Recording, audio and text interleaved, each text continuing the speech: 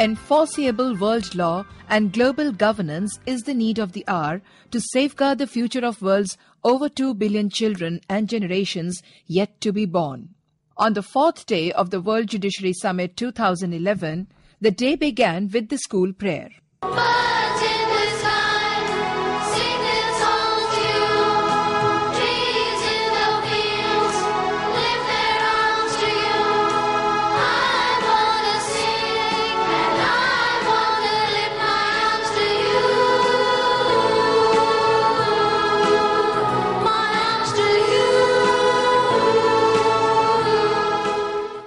Students of City Montessori School appealed to the legal luminaries to adopt justice delivery systems that dispense prompt and inexpensive justice, including innovative ideas such as arbitration as under Lok Adalat.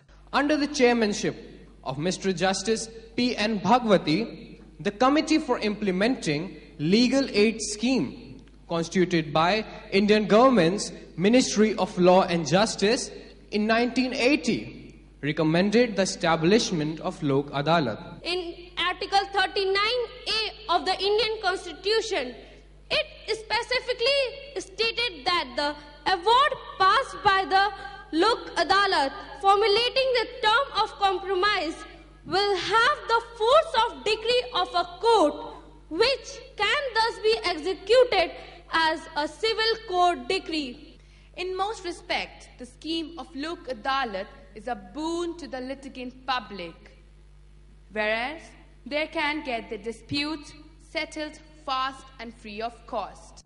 In another appeal, they felt enlightened, principled and pro-child judgments will ensure a safe future for the children of the world. Information about climate change is summarized in a report on the impact of climate change and global warming by the organization Intergovernmental Panel on Climate Change, established by United Nations. The report says that effects of climate change will be felt sooner than scientists realized. The powerful judiciary may also stop their state governments from making any such decisions which are against the international treaties and conventions and are harmful to the health and well-being of future generations of children. Yet another appeal was made to work towards reducing greenhouse gas emission in the interest of safer world ecology. Watch on. CMS first convened a roundtable conference in Lucknow on 14th January 2001. Since then, the annual international conferences of Chief Justices of the world have given a renewed hope and direction to a beleaguered humanity. Each of the 405 Chief Justices, judges, and heads of states from 95 countries of the world who have participated in these conferences have endorsed the need to create a structure for democratic global governance. Dear judges, it is sometimes said that the judiciary is the last hope of a tottering humanity. The day's plenary session began with an appeal by Professor Glenn T. Martin, Secretary General, World Constitution and Parliament Association, USA. He informed of the World Constitution and Parliament Association, which has developed the Earth Constitution, written with the input of hundreds of world citizens meeting in different world cities over the period from 1968 to 1991. He also informed the Constitution for the Federation of Earth establishes a collegium of world judges. Article 19 of the Constitution gives the people of Earth the power to establish this collegium in advance. We are seeking sponsors for the Constitution for the Federation of Earth, honorary sponsors. It's something the judiciary can do simply by lending the dignity of your names to the Earth Constitution as an honorary sponsor. So we invite you to consider doing that. And those of you past the third row did not get a form to complete. We ran out of forms at past the third row, But there are flyers there, and if you could see any of us in the World Constitution and Parliament Association, including me, we would be glad to supply you with a form. Opening address by Mr. Justice A.S. Qureshi, former judge, Gujarat High Court, India, was on threat to peace to promote weapons. How do we create a situation whereby peace can be established on this planet? Unfortunately, there are many people who are interested in not having the peace. In fact, they consider that it is a threat to them and threat to their material prosperity that people are craving for peace. They want war. They want war because they want to have the control of running the entire world according to their desire. And they want to sell their lethal weapons to people so that the internal fighting, internal strife intensifies, and they merrily sell their weapons and become richer. Mostly the victims are the poor countries in Asia, Africa, and Latin America. These three continents, who have the population of nearly 3/4 of the world, they suffer, and 1/4 of the humanity prospers. This is a situation which is very unfair, very unjust, and this is what God had not designed. God has given everything for everybody, but the human greed compels some people to grab other people's resources, other people's need, or the things which are meant for all humanity is cornered by a small number. And therefore, this uneasiness, therefore, this absence of peace. Honorable Mr. Justice Silvio Camilleri, Chief Justice, Supreme Court of Malta, spoke on evolution of international instruments which have been developed during the course of time within the ambit of United Nations organization. I have chosen to focus my brief contribution to this distinguished assembly on one of the main core objectives of this conference, namely the promotion of the welfare of the world's children.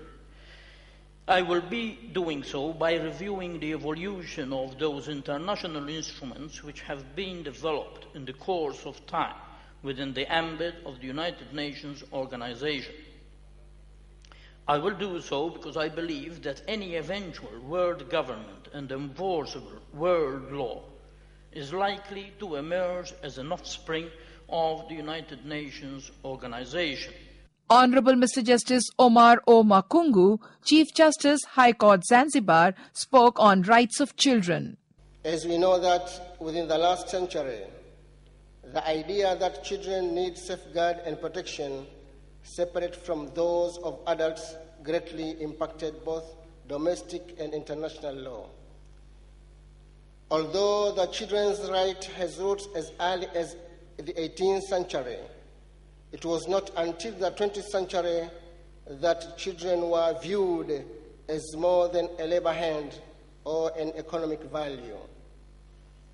After each World War, international legal instruments increasingly included protection for children across the globe.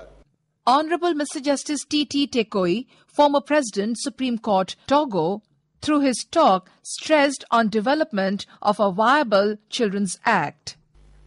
Today, more than ever, it is for the nation's organization to ensure that all states can insert in their constitutions protection of children.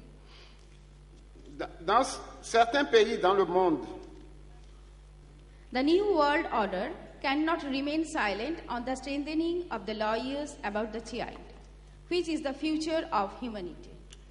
Honorable Mrs. Justice Stanka Vucinic, Deputy of the President of the Supreme Court and Judge of the Supreme Court, Montenegro, stressed upon legal order to each and each person to abide by it. The truth of today's world are also the children who are starving to death, children dying in insane wars, abused and exploited children on various ways, children whose future is endangered by pollution of the environment.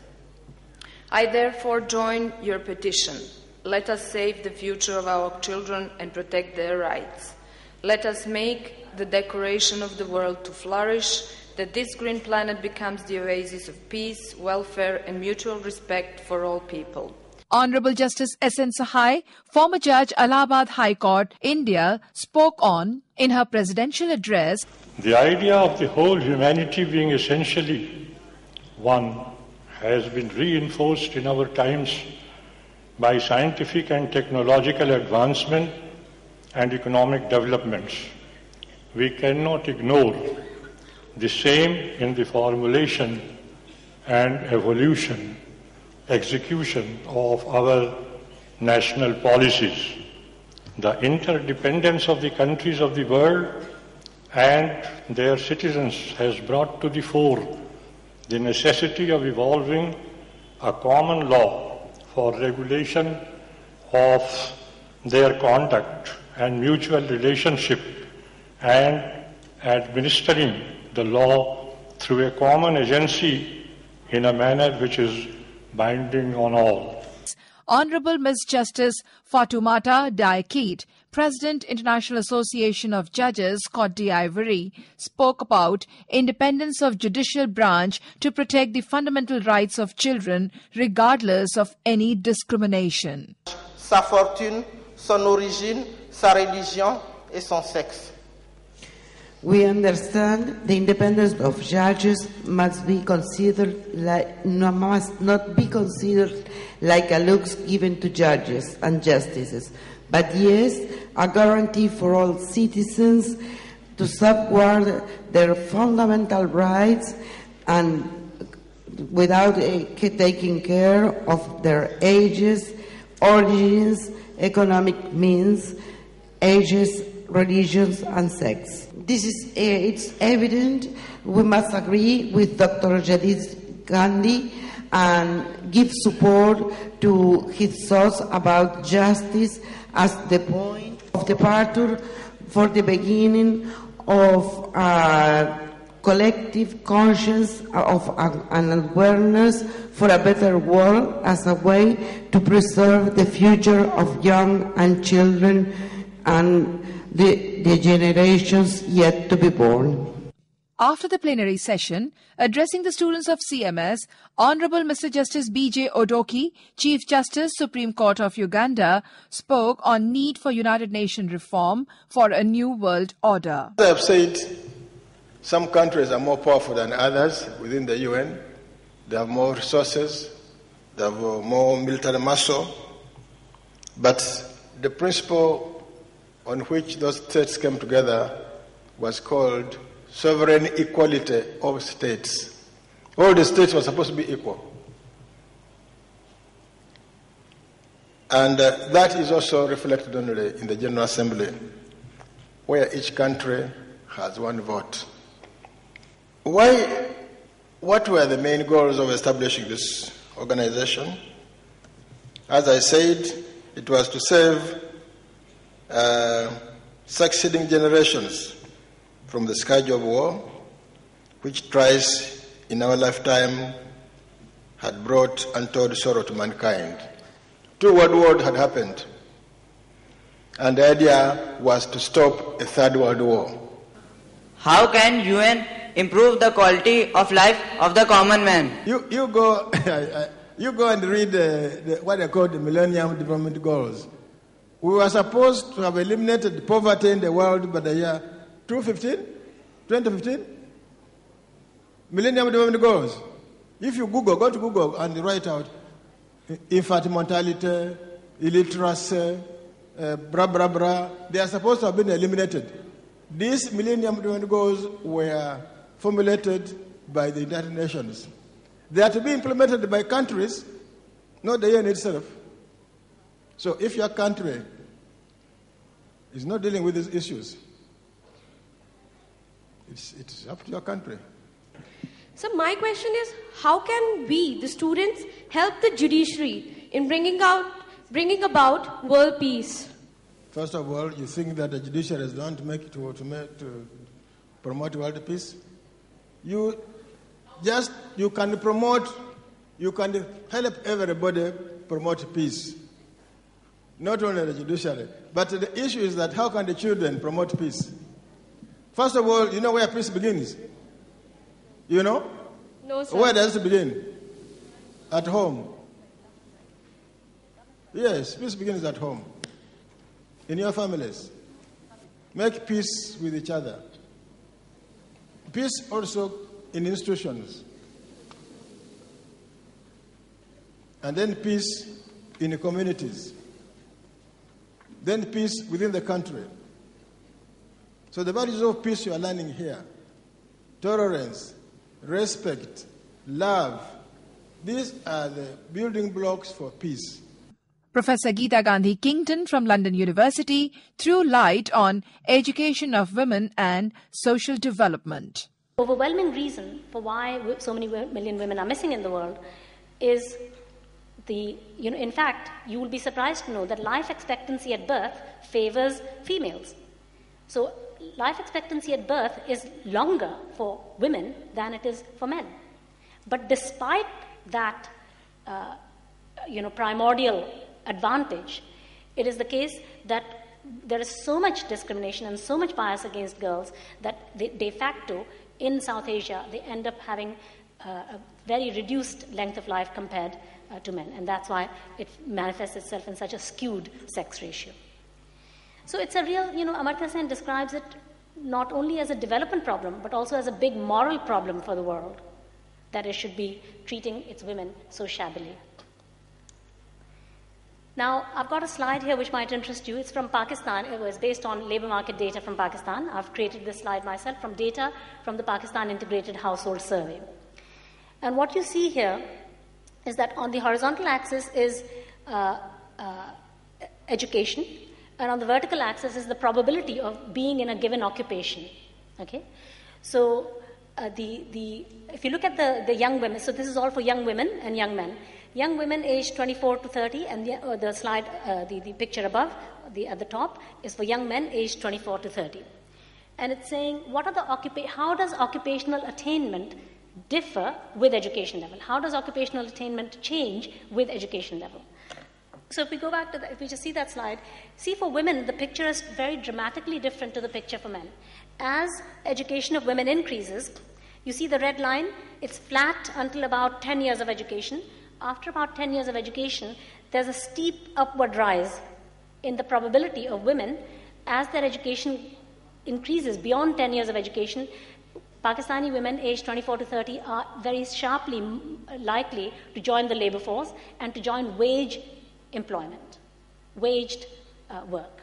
Okay? That red line represents waged occupation. Been deeply involved in the issue of women empowerment, gender equality, and gender balance. There is, it's a very good development now, a new paradigm shift, this worldwide, that we are giving more rights now to women or recognizing the rights to women. But I was very, very much interested in the survey that you prepared regarding son preference. I noticed that if the family does not have the son preference, up to the third birth may be allowed. Or that is an ideal, I say an ideal. But if it is a son preference family, we would allow up to 6 births. But you have the problem of the student regarding bias for the male. So you have a male-dominated society.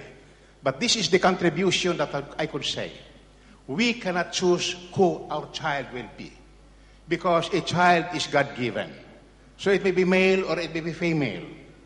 In the afternoon, addressing the CMS students, Mr. Tomáš Varba, Chairman, Board of Directors of the Foundation, Forum 2000 Foundation, Czech Republic, spoke on structure of global democracy and global governance. We have to start to study from the very beginning of the term of globalization. French call it mondialisation, but it's less or more the same process, and it's being studied only about 20 years.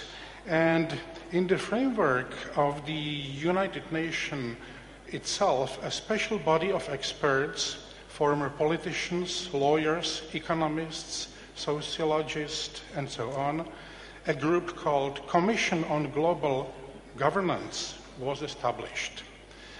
And this commission has, after several years of its very responsible work, published a report in the form of a book called Our Global Neighborhood.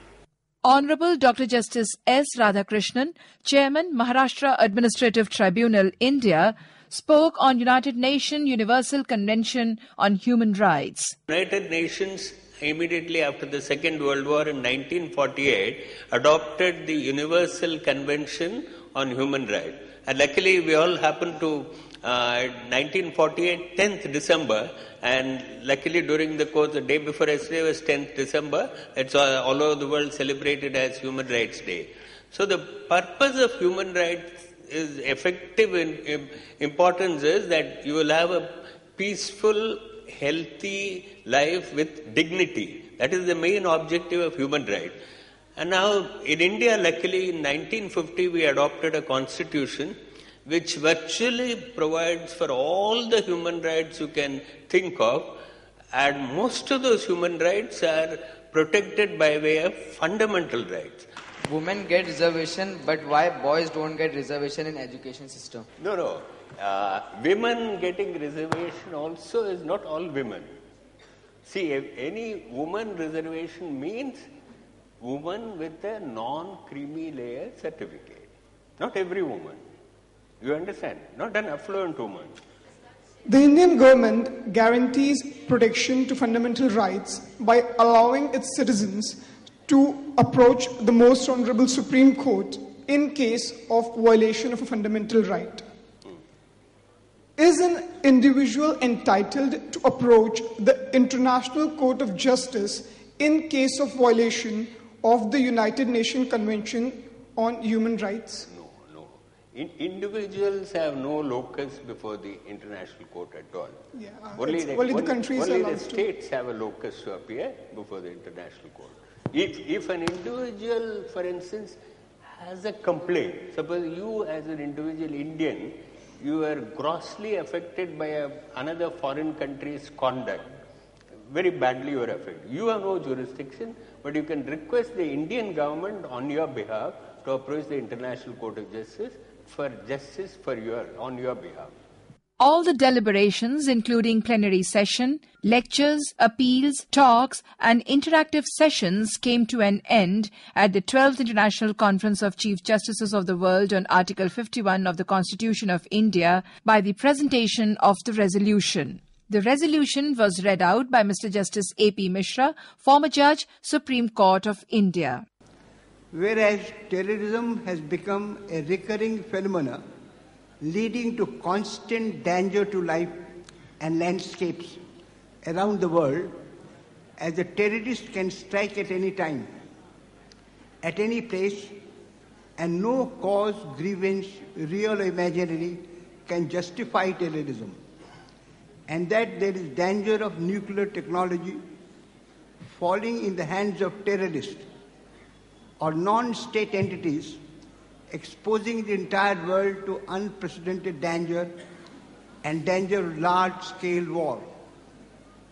And whereas global warming and climate change is a matter of serious concern, in spite of many high-level meetings of world leaders under the UN Framework Convention on Climate Change, and now a new ray of hope has emerged with the recent Durban Accord.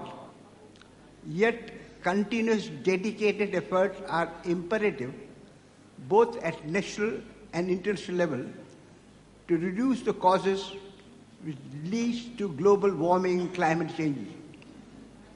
And whereas many countries have large stockpile of nuclear armament capable of destroying not only all life on Earth, but also changing the landscape of the Earth, while the ultimate objective of destruction of weapons of mass destruction is nowhere in sight.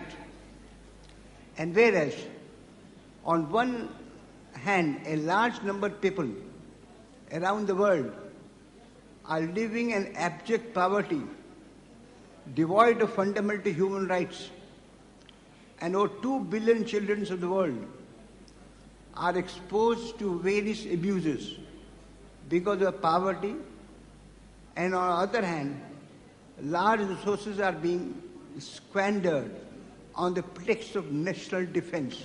The World Judiciary Summit 2011 concluded on a hope of a new beginning with a new world order. First of all, I will like to thank all the members of the different countries, jury members, justices, judges, administrators, and social workers. You have taken the trouble of coming here and happily participated the programs which are useful for children. Jai Jagat, this has been Krishna with today's CMS News as printed in the newspapers of Lucknow. City Pioneer, Hindustan Times and the Times of India write, the 12th International Conference of Chief Justices of the World on Article 51 of the Indian Constitution concluded on Tuesday. Chief Justices, judges, legal luminaries and peace promoters from 70 countries of the world, after 4 days of hectic activities and intense pondering on global issues, with their unanimous consent released the Lucknow Declaration 2011 on Tuesday. The Lucknow Declaration contains issues confronting the entire world like terrorism, global warming, stockpiling of nuclear weapons and abject poverty. The declaration recommended strict measures against organizations and nations encouraging terrorism, enforcement of world law and constitution of World Parliament, appealing all nations to implement provisions of fundamental rights as enshrined in declarations, conventions and resolutions of United Nations, dismantling of weapons of mass destruction, steps to reduce global warming, etc. Addressing press persons, Dr. Jagdish Gandhi said that the conference is based on Article 51C of the Constitution of India, which states that the state shall foster respect for international law. Lokmat, Qaumi Khabrein, Dainik Jagran, Swatantra Chetna, Nishpaksh Pratidin, Urdu Daily Aag Lucknow, Swatantra Bharat, United Bharat, Prabhat, Rashtriya Swarup, Amar Ujala, Aaj, स्पष्ट आवाज, Jansandesh times, Pioneer, Hindustan, Mahamedha तथा राष्ट्रीय सहारा लिखते हैं, city Montessori school Kanpur road में आयोजित अंतर्राष्ट्रीय न्यायाधीशों के सम्मेलन में शामिल कानूनविदों ने मंगलवार को लखनऊ घोषणा पत्र जारी किया। साथ ही भावी पीढ़ी के सुरक्षित भविष्य के लिए एक नवीन विश्व व्यवस्था का गठन करने की अपील की। एक समारोह में जारी किए गए घोषणा पत्र में कानूनविदों ने सुझाव दिया है कि आतंकवाद फैलाने वाली या आतंकवादियों की मदद करने वाली और उनको संरक्षण देने वाली संस्थाओं और देशों के खिलाफ कड़ी कार्यवाही की जाए। एक ऐसा अंतर्राष्ट्रीय कानून बनाया जाए जिसमें सभी देशों व वर्गों पर बाध्य हो और एक विश्व संसद बनाई जाए जो प्रजातांत्रिक तरीके से व विश्व अदालत का रास्ता प्रशस्त करे और जिसका क्षेत्र व्यापक हो। इसी प्रकार कानूनविदों ने विश्व भर के बच्चों के लिए प्रेम, शांति, शिक्षा एवं अंतर सांस्कृतिक शिक्षा देने की बाध्यता विश्व के सभी स्कूलों में लागू करने सहित 11 सुझाव दिए हैं। समारोह में सिटी मॉन्टेसोरी स्कूल के संस्थापक डॉक्टर जगदीश गांधी ने कहा कि ग्लोबल वार्मिंग व मौसम परिवर्तन एक गंभीर समस्या है। इसके लिए भी राष्ट्रीय व अंतर्राष्ट्रीय स्तर पर लगातार प्रयास करने की जरूरत है। With this we come to the end of all CMS news for the day. Thank you and जय जगत।